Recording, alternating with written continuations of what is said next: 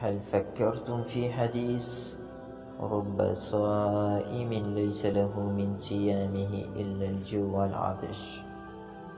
الأمر خطير جدا حينما يكون الصيام فقط عن الطعام والشراب.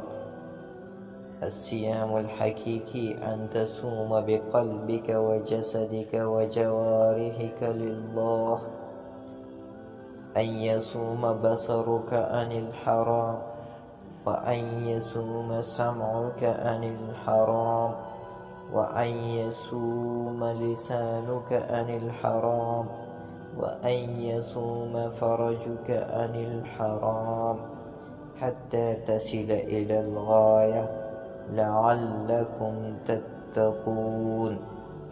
نريد أيها الأحبة أن نصوم صياما صادقا حقيقيا، صياما يحضوننا إلى الطاعة، صياما يحجزنا عن المحرمات.